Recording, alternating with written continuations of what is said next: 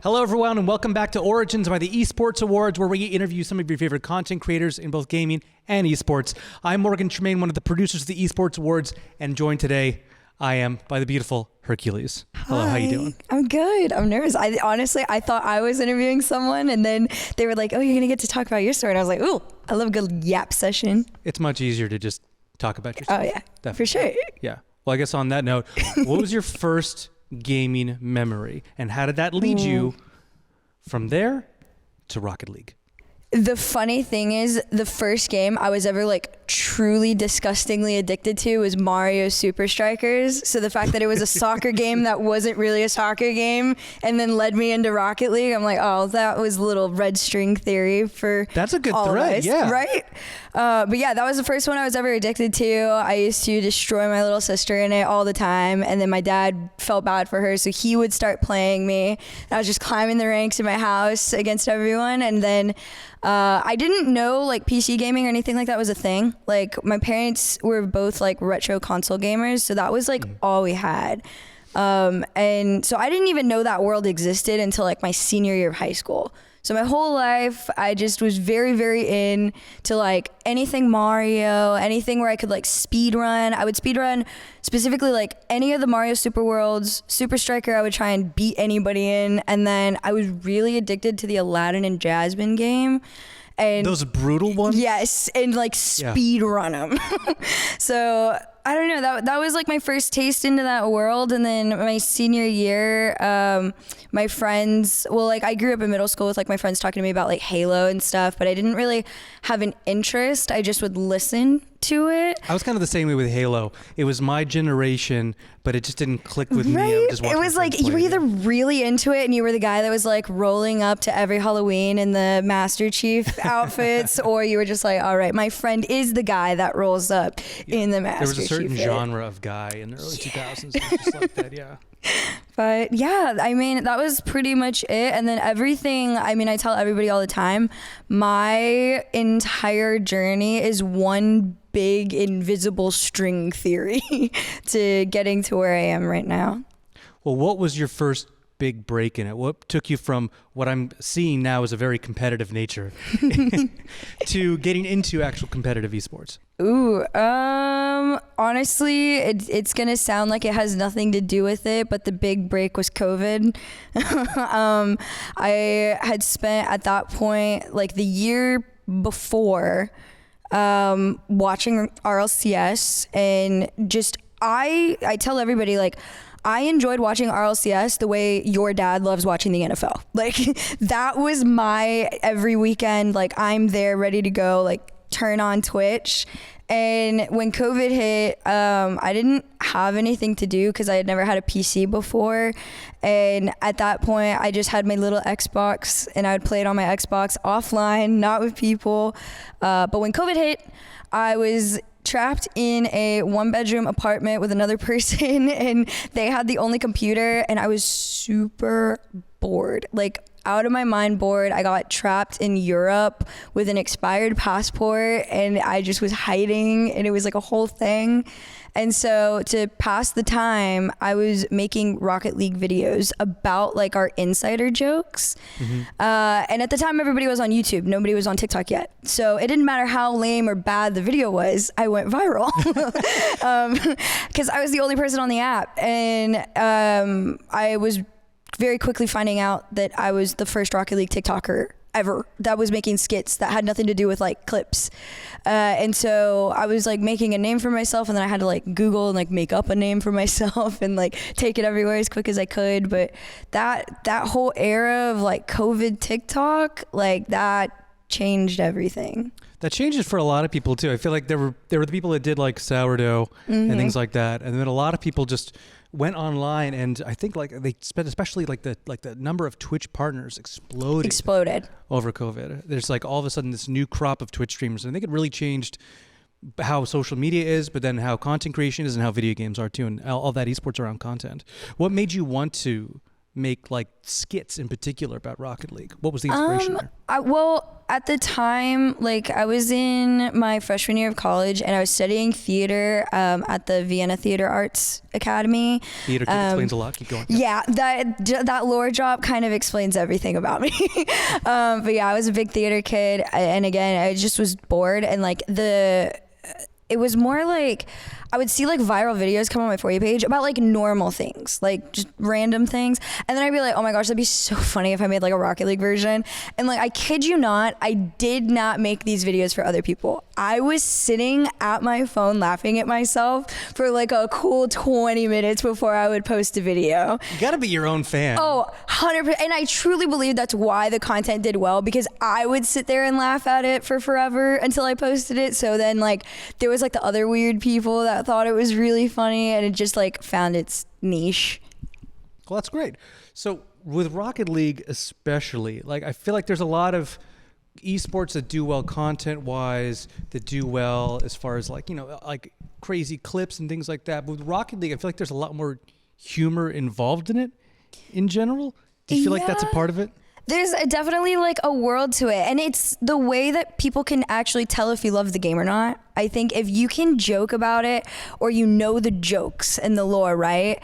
It also like adds a level of respect to you, because I think that was like a big thing. Like while making the videos, people were like, "Oh, she definitely watches. Oh, she knows so and so. She was there when, you know, that went down."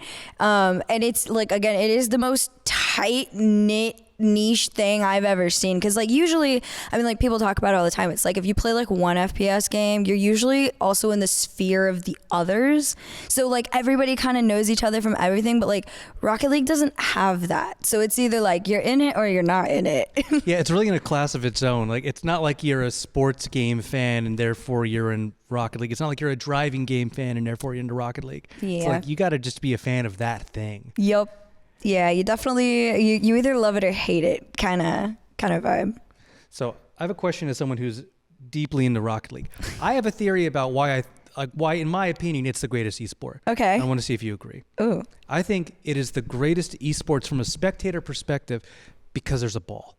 Mm-hmm. Because there's a ball, there's a focal point. And because there's a focal point, the storytelling is very easy. Yes. That oh my gosh. Sense, right? That literally was like, I feel like, you know, subconsciously that's what gets people into it, because it's like you said, like the whole point is the ball needs to get in the net, and there's going to be 1,000 things that happen before that happens, and you get to like follow this story because you know that there's an end goal, there's an objective, but it's so mechanical and like just micro niche, like what has to happen before, you know, that goal gets scored, that you're like, for the cool 30 seconds to 5 minutes or OT, whatever, you are like on the edge of your seat and you're like, oh my gosh, like, is this gonna happen? Oh my gosh. And then when it does happen, it's the most like relieving, like, oh, feeling ever. I mean, unless you're the person that's like on the other end of it. But yeah, no, it makes for fun. It's the same as like watching any sport, right? It was the vibe that I got.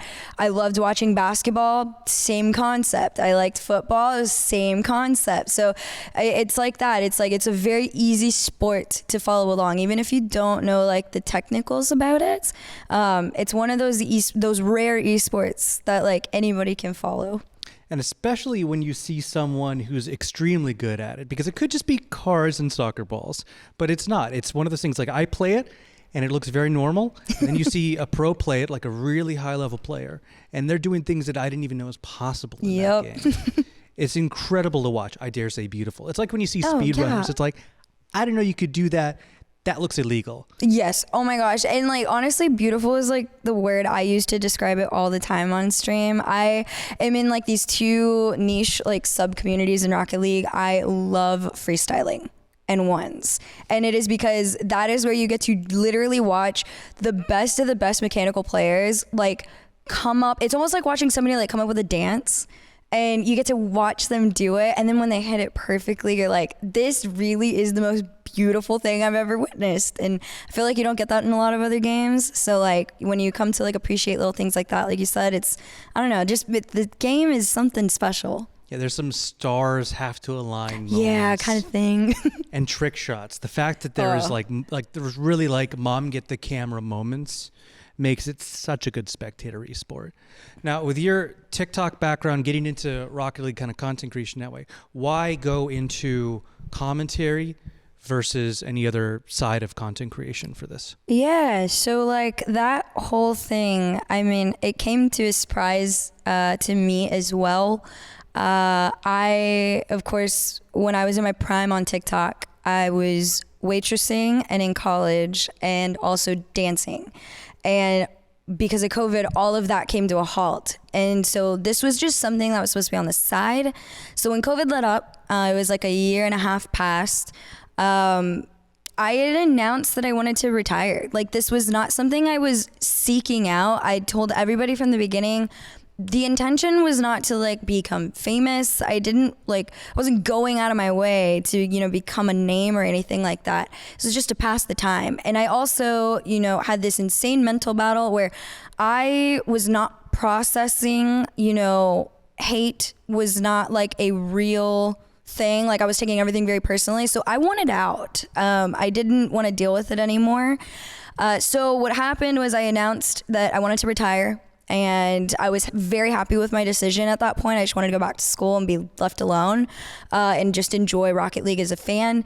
And when that happened, pretty much some people from the RLCS sphere and people that were hosting like community events were like, don't retire, like have fun with your last year, and just do crazy things. So I was on Dignitas at the time, and Heather Sapphire had just created Radiant, and Radiant was going to host its first women's event. And so I was this little niche micro celebrity guest that got to go on there, but the talent I was working with were the RLCS casters. And I showed up and I was like making TikToks with everybody. So it's like I'm getting Jorby to dance and I'm getting Gibbs to do dances with me and Lemon Kiwi, and I'm posting these videos and they're going viral, and everybody's like, what are you doing? They're like, what on earth? And I'm like, oh, I'm gonna cast. I don't know what I'm doing, but I'm gonna cast. And then of course the theater kid in me was doing like the whole like yes and thing. So I'm just like, yeah, I can do this. And like at that point, mind you, I had like thousands of hours watching the RLCS, like way more than the average person, just because of who my friends were and what my life was at the time. And when I went into it and I did my first one, I came off and Gibbs was like, oh, you could do this. And I was like, what are you talking about? And he was like you would end up in the RLCS one day if you actually tried. And I was like, huh? And I was like, big vouch. I was like, oh, okay. No, that's a lot of people. I was like, I love attention, but that's terrifying. And yeah, we did it. But I also was like, I had this feeling where I was like, I am weirdly addicted to this. I haven't felt this excited over something since I was like making the videos back during COVID.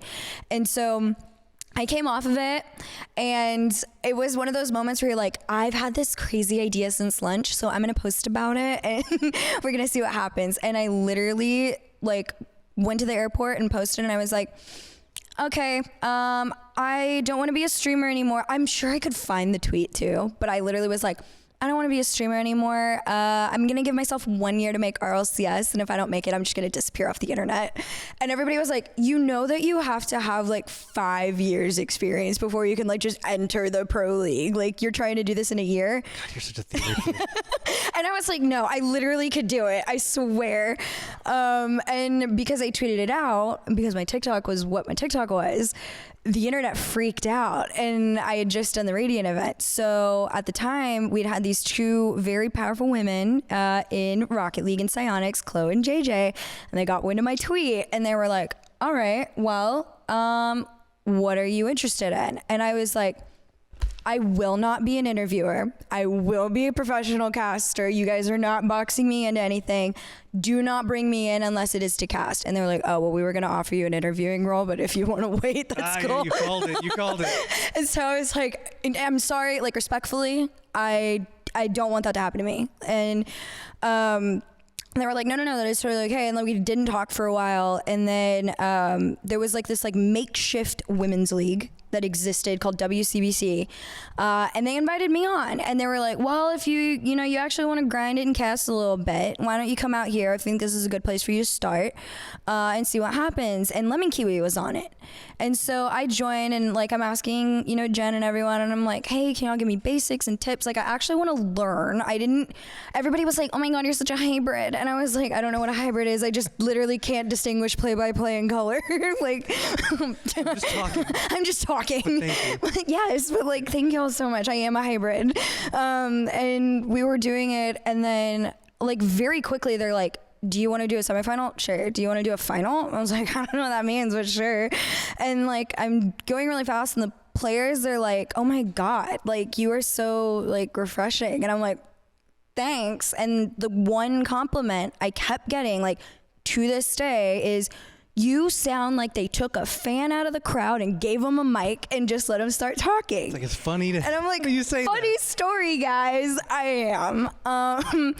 And it was like in those moments I was like, oh my god, this is really starting to happen. And then the whole thing that changed everything was Ollie came in my Twitch stream, and there's this random person coming in, and they're like, hey, I like your Twitch, whatever, like your content on TikTok. Have you ever thought about hosting? And I was like, yes, totally. I would totally do that. And then I don't even remember how. I'm sure he knows the details, but like we ended up talking, and he's like, would you ever want to like come to Vegas and like host the Esports Awards? Yeah, I don't know what that means, but sure.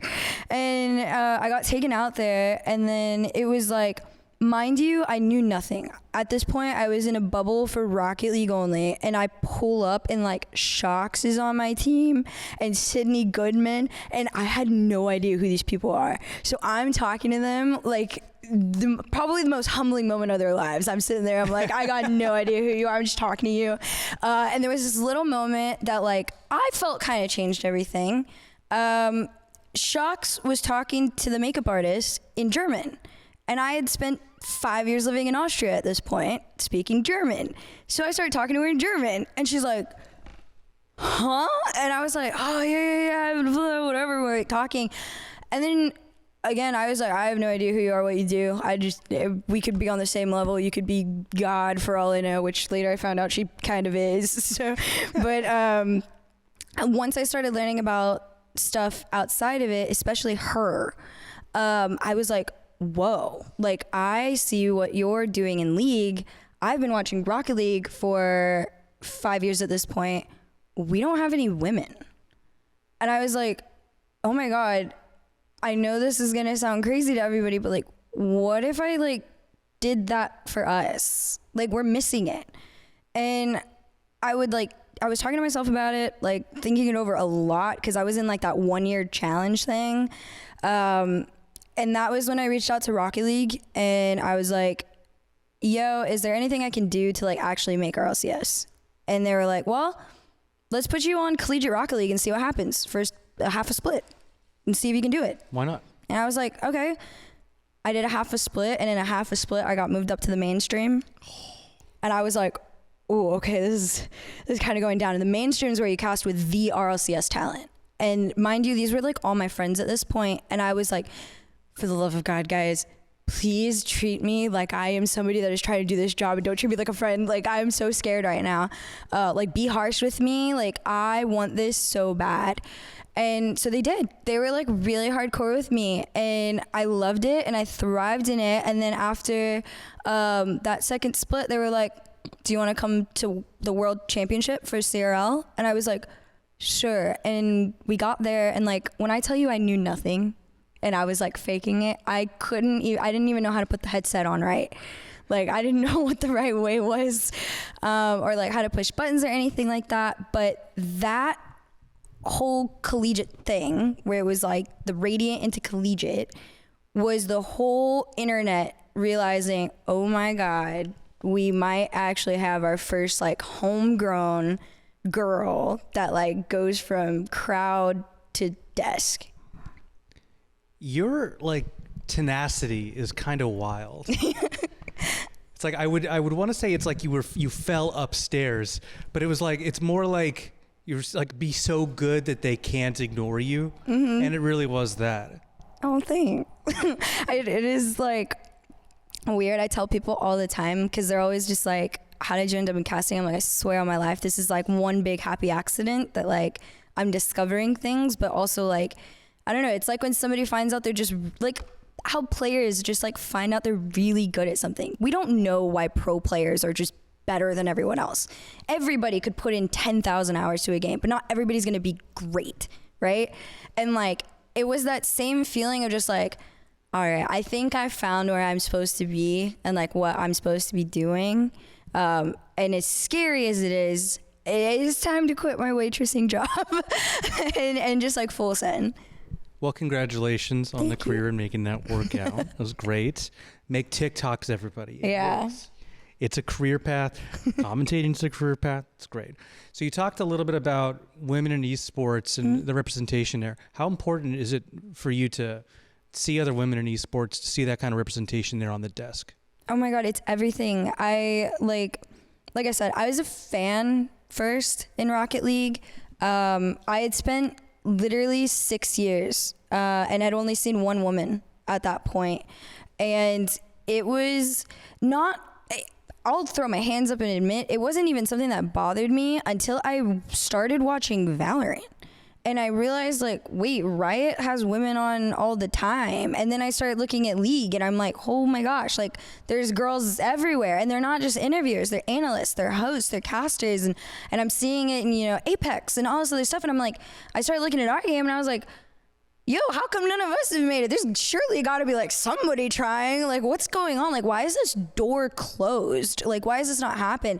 And mind you, Rocket League is a very like boys esport, because again, it's football, so it's basically like a frat house, and like it just didn't exist. And when I saw these women, again, the biggest one I went back to was discovering who Shox was.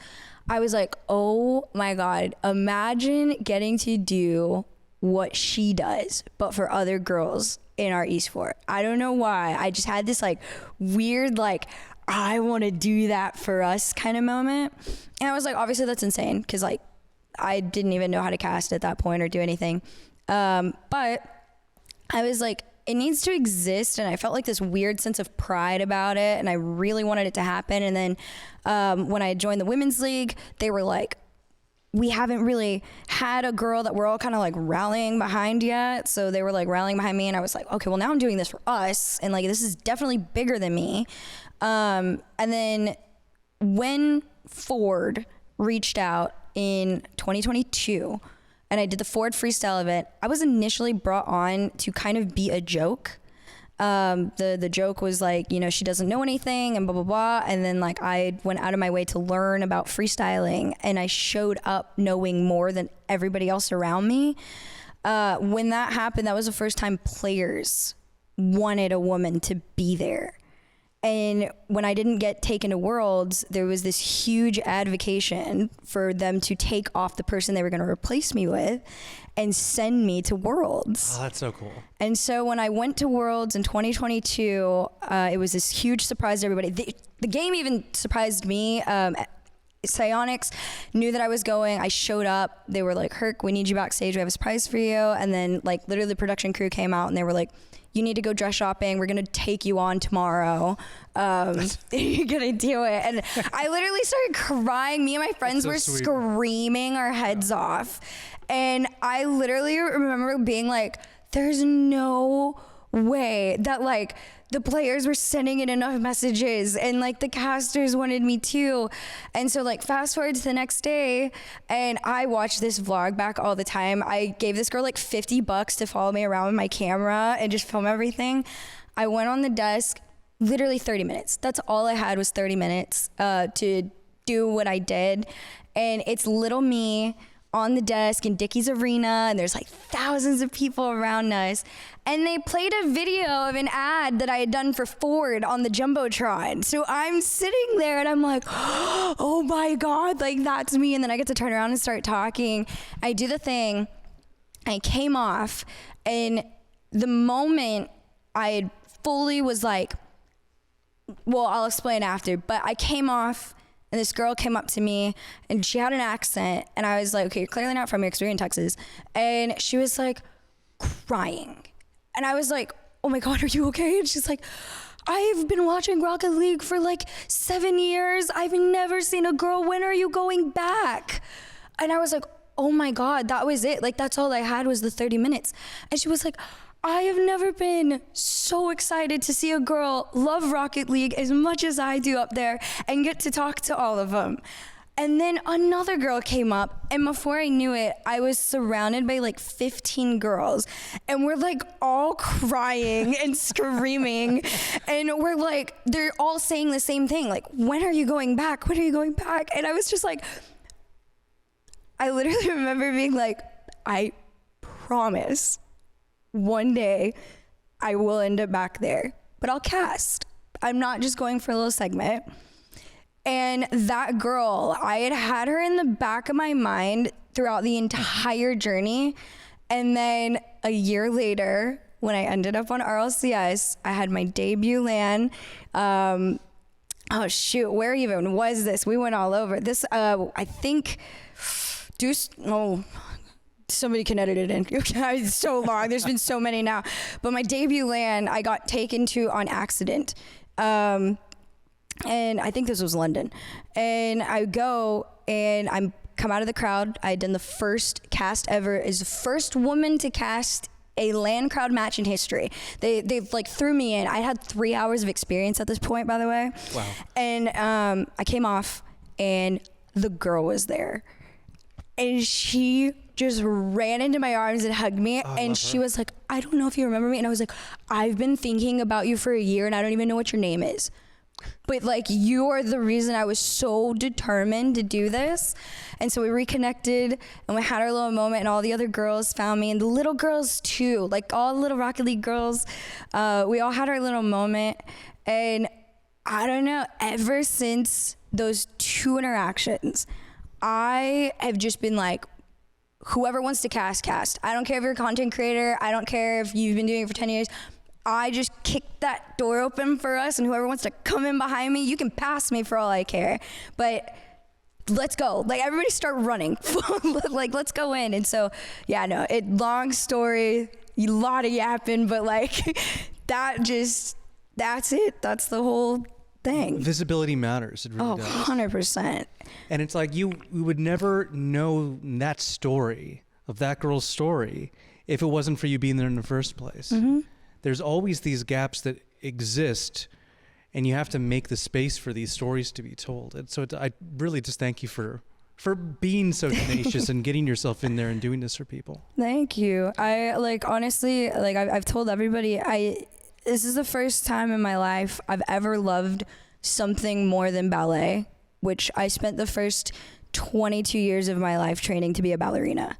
And when COVID happened, I couldn't do it anymore. And I truly tell everybody, I have never loved anything the way that I love this. And I've never loved representing a group of people more in my life. I've done, the hosting the women's tournaments and pushing and vouching and tweeting and, hoping and making it a thing. Like, even down to what I wear is all on purpose. I've showed up in a suit one time. I love my dresses and my heels. But I know that I fell in love with it in such a short period of time. I can't even fathom how much love people have for it, that were doing it well before I got there. And I want them to all have a turn and to have a chance. And if I'm the one that came in and it's just thanks to, making some TikTok videos, then cool. So what do you want to say to little girls that are watching gaming, watching esports, and want to get involved in content creation and commentary? If they feel like maybe this is too hard of a space to get into, what do you want to leave them with? I think to anybody, any girl, whether, biological, trans, any woman out there, there is no actual no. If somebody tells you no, you just keep doing it until they say yes. Like, I had a million people tell me that I could not do this in a year, that I needed years of experience. No. I literally casted an international LAN with 3 hours of experience. I've done a million things that were supposed to be deemed impossible. I did it. And as far as Rocket League goes, you know, to all those girls out there, the door's open now. We're in. We exist. I ended up there. Lemon Kiwi ended up there. Like, we've had girls now. It's more about being seen. And I'll gladly be the person, you know, to throw my hand up for y'all and be like, yeah, so-and-so wants a turn. This person wants to cast. Like, look at them too. But just don't take no for an answer. Like, it sounds crazy, but like, be delusional. It works. You got to be a little delusional. You really do. I sounded insane to everybody until it happened. I also I wore a manifest bracelet for an entire year that I got at Disneyland, fully convinced it had magic in it, and that was the reason everything was happening. And then when I made RLCS, I went and got it tattooed on me because I was like, all right, manifesting's real. If you want something bad enough, you'll make it happen. The magic is you believing in yourself. Herc, thank you so much for joining us, and we'll see you on the next one.